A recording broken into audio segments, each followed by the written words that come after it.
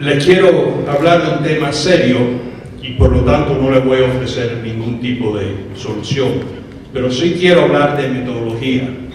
Y para hablar de metodología tenemos que precisar primero cuál es el problema. Y quiero empezar precisando el problema, hablando de un problema que se planteó en 1800 antes de Cristo. En 1800 antes de Cristo, por vez primera, Anaxágoras planteó este reto matemático. Si se elige un círculo, construir un cuadrado cuyo área sea el equivalente a ese círculo, sencillamente con dos condiciones limitantes, que sea con una regla y con un compás. Les digo que pasaron, y no fue hasta 1882, después de la muerte de Cristo, que se solucionó el problema. El problema es muy importante para nosotros porque en este camino del problema pasaron dos cosas muy importantes. La primera es que se hizo un trabajo con semicírculos, y en este trabajo de semicírculos se llegó a la conclusión que era posible solucionar el reto inicialmente planteado por el griego, dicho sea de paso, desde una cárcel, por haber expresado sus opiniones. Y estos éxitos parciales, les confieso yo a ustedes, fueron muy problemáticos porque inspiraron esperanza, pero era una esperanza falsa. Era una esperanza falsa, por lo que les voy a comentar dentro de un segundo. Hay un segundo dato de este proceso que es muy importante. Vino un momento en el proceso en que todas las mentes importantes de la matemática, incluyendo Sir Isaac Newton, incluyendo a Leibniz, destacaron que uno de los costados de este cuadrado va a tener una distancia muy extraña, que va a ser el producto de la raíz cuadrada de pi multiplicada por el radio del círculo escogido, cosa que a la imaginación reta un costado casi inimaginable, pero no obstante duró el problema por 4000 años, hasta que llegó en 1882, y en 1882 dos matemáticos resolvieron el problema, pero no lo resolvieron sin hacer la siguiente observación, que también es muy importante, la más importante que voy a compartir con ustedes. Ellos hicieron la observación que pi es un número trascendental, quiere decir que no puede haber, pi tiene que ser un polinómico que tenga un coeficiente racional, y pi no puede ser un polinómico, la raíz cuadrada de un polinómico con un coeficiente racional, ni pi puede ser una cifra algebraica irracional. Dicho de una tercera manera, que es la más importante, todo el andamiaje de Euclides, la base que se invocaba para todos los progresos de la civilización, se tenían que descartar, se tenían que echar a un lado y se tenía que abrazar una nueva geometría en donde los grados de un círculo no suman a 360, en donde las líneas paralelas se tocan y en donde los rectángulos son invisibles. ¿Y qué tiene que ver esto con el arbitraje internacional? Preguntan ustedes, tiene todo que ver. ¿Qué tiene que ver cuadrar el círculo con la corrupción en el arbitraje inversor de Estado? Es decir, la defensa de corrupción. Aunque claro, también la corrupción se puede utilizar como elemento afirmativo no solo como escudo, pero también como espada, particularmente cuando se alega un incumplimiento del estándar de protección de trato justo y equitativo. ¿O qué tiene que ver con la corrupción en general? Tiene todo que ver porque el problema de la corrupción es que la corrupción es bilateral o multilateral. La corrupción no es unilateral. Y en adjudicar, se tiene que adjudicar o tomar en cuenta y rendir cuenta a todos los jugadores y no solo a algunos de los jugadores. En este sentido, sí se tiene que cuadrar el círculo, pero de una manera que aparentemente es conflictiva y que no se puede reconciliar usando las herramientas tradicionales de las maneras tradicionales, que yo les sugiero tienen que ver con un sistema de tratados que por su naturaleza es un sistema fragmentado y que tiene que apuntar a una centralización que en cambio también invite a la uniformidad.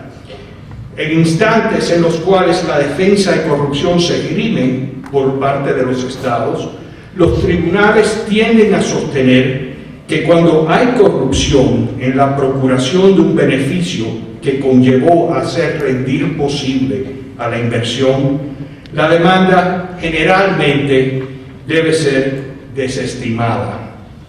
En esos casos, el Estado recibe un beneficio, ya que con gran frecuencia el Estado también participó en la corrupción en cuestión.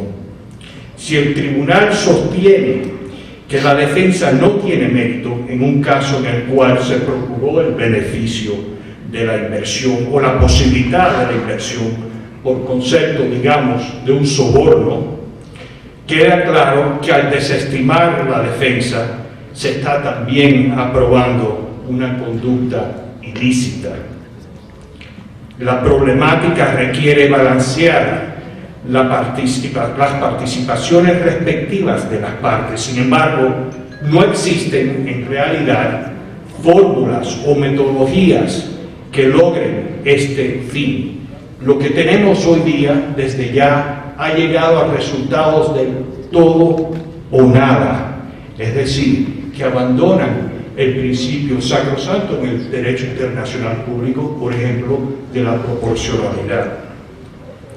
Se tiene que cuadrar el círculo porque también hay que reconciliar la obligación de todo Estado de proteger inversiones extranjeras con la necesidad igualmente vinculante de encontrar responsables a quienes han obtenido un beneficio ilícitamente que directamente concierne el supuesto amparo a la inversión en cuestión.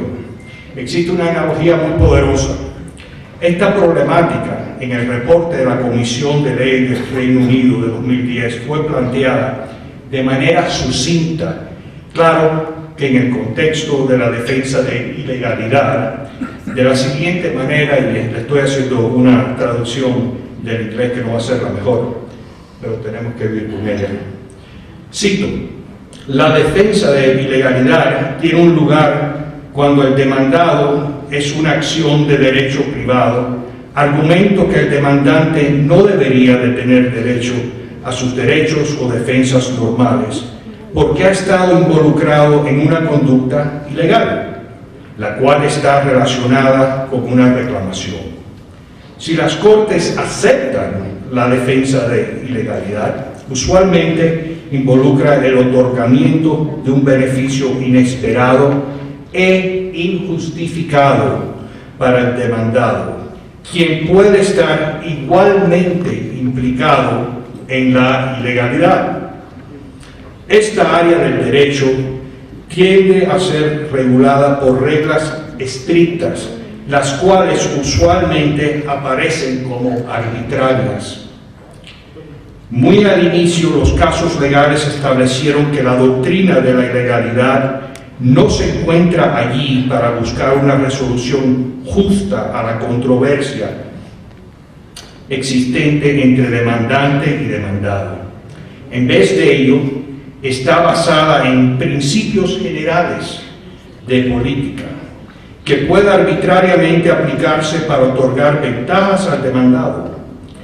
Tal como el Chancery Bar Association señaló en su respuesta a nuestro informe consultivo del 2009, el resultado es una lotería forense que depende de los accidentes, de los litigios o de las maniobras de las partes. Sí, la ilegalidad puede afectar una reclamación civil en varias formas. La ilegalidad puede tener lugar de una manera seria o puede ser naturaleza accidental y técnica. Puede estar inextricablemente ligada a las circunstancias que dan lugar a la reclamación, o puede ser completamente incidental. Las partes pueden ser igualmente culpables o una parte puede ser más responsable que la otra. A la fecha, las reglas de derecho consuetudinario common law han encontrado difícil cortar tal variedad de circunstancias. Fin de cita. De la misma manera, les sugiero yo a ustedes hoy, el derecho internacional consuetudinario se encuentra en un momento brillante en el cual busca o intenta abarcar debidamente las distintas caras y matices que la defensa general de corrupción manifiesta en la particularidad de cada caso. Les invito a que consideren las siguientes preguntas y quiero que contextualicen las preguntas, entendiendo su naturaleza tan rudimentaria, porque el hecho que sean tan básicas refleja la complejidad del propio caso. Tomás Aquino escribió y dijo: si Dios es algo, es pura simplicidad. Se aplica el mismo análisis en casos en el cual el representante del Estado, escribe por parte del Estado, actuó por su cuenta y para un beneficio propio que no redunde a los cofres del Estado. Se aplican las mismas normas y análisis en instancias en las cuales el Estado fiscaliza civil o penalmente al funcionario, que en instancias en las cuales el Estado no toma ninguna acción contra el individuo o individuos en cuestión. Así también se analiza el tema bajo el mismo prisma legal en instancias en las cuales las personas que recibieron el soborno pertenecían a un gobierno anterior al que ha sido demandado. Deben los tribunales tomar en consideración motivos de política, es decir, por ejemplo, tolerancia cero en la corrupción, pronunciarse sobre la viabilidad de la defensa de corrupción.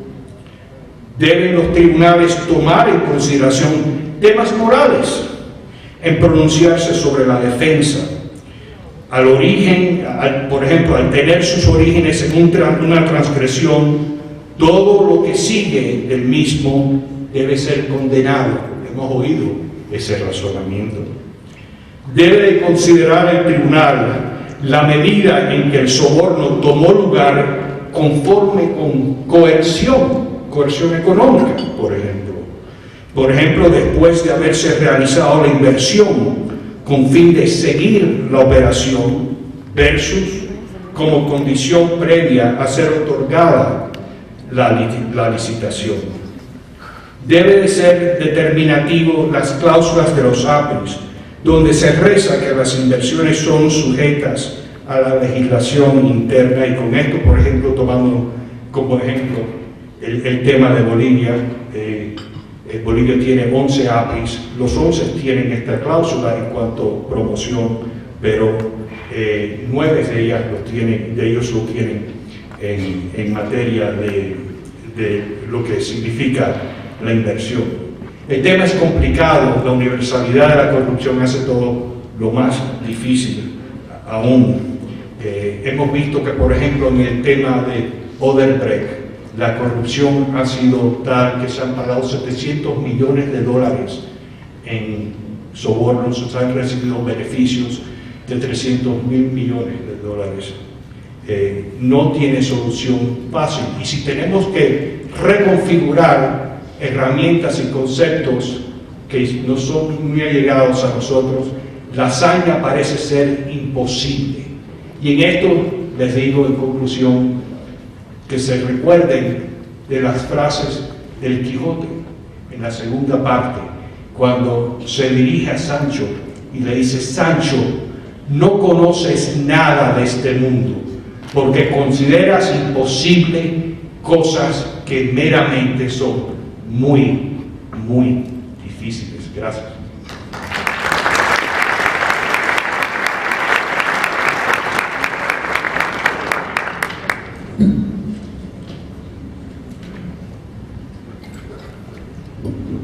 Gracias, Pedro, por tus palabras. Creo que identificaste los puntos más interesantes de este tema. Es un tema bastante controversial, contemporáneo, y como profesionales del arbitraje lo vemos día a día, no, tal vez no día a día, pero comúnmente, y creo que has identificado los temas que van a dar lugar a un excelente debate y conversación con nuestros panelistas.